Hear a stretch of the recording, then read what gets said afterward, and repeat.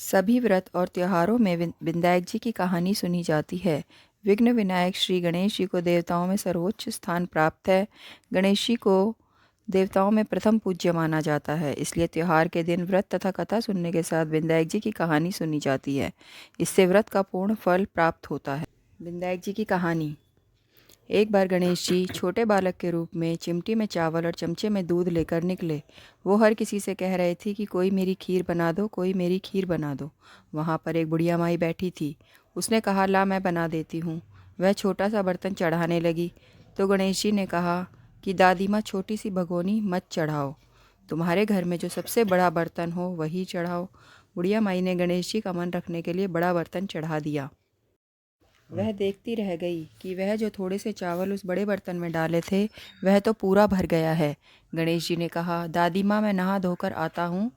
जब खीर तैयार हो गई तो बुढ़िया माई के पोते पोती खीर खाने के लिए रोने लगे। बुढ़िया ने कहा, गणेश जी महाराज, तेरे भोग लगना कहकर चूल्हे में थोड़ी सी खीर डाली और कटोरी भर भर कर बच्चों को दे दी।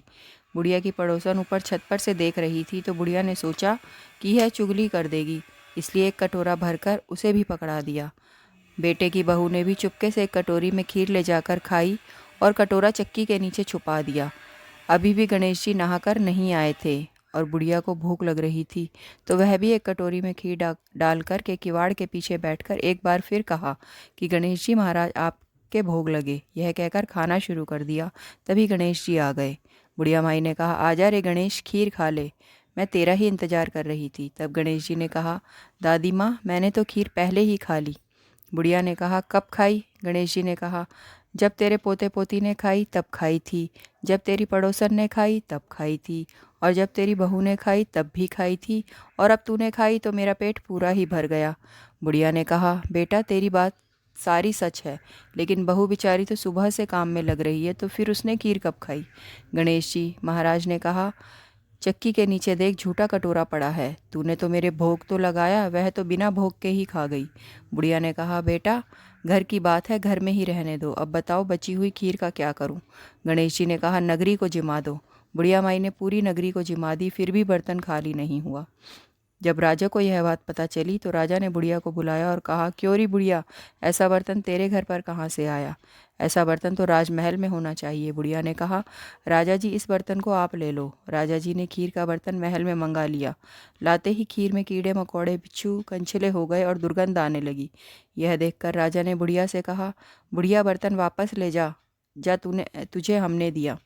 बुढ़िया ने कहा, राजा जी, आप देते तो पहले ही कभी दे देते, यह बर्तन तो मुझे गणेश जी ने दिया है।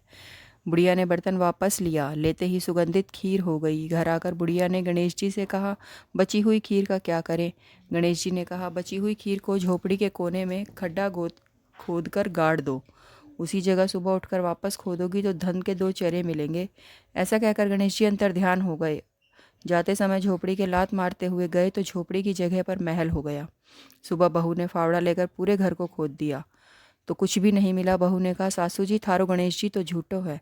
सास ने कहा, बहू, मारो गणेश झूठो तो नहीं है, ला मैं देखूं। वह सुई लेकर खोजने लगी तो टन टन करते 2 धन के चरे निकल आए। बहू ने कहा, सासू जी, गणेश जी तो साचो ही है। सास ने कहा, गणेश जी तो भावनाओं का भूखा है। गजानन गणेश जी महाराज, जैसा आपने बुढ़िया माई को दिया वैसा सबको देना। विनायक जी की कहानी कहने वाले, ओंकार भरने वाले और आसपास के सभी सुनने वाले सबको देना। बोलो गणेश जी महाराज की जय। जय।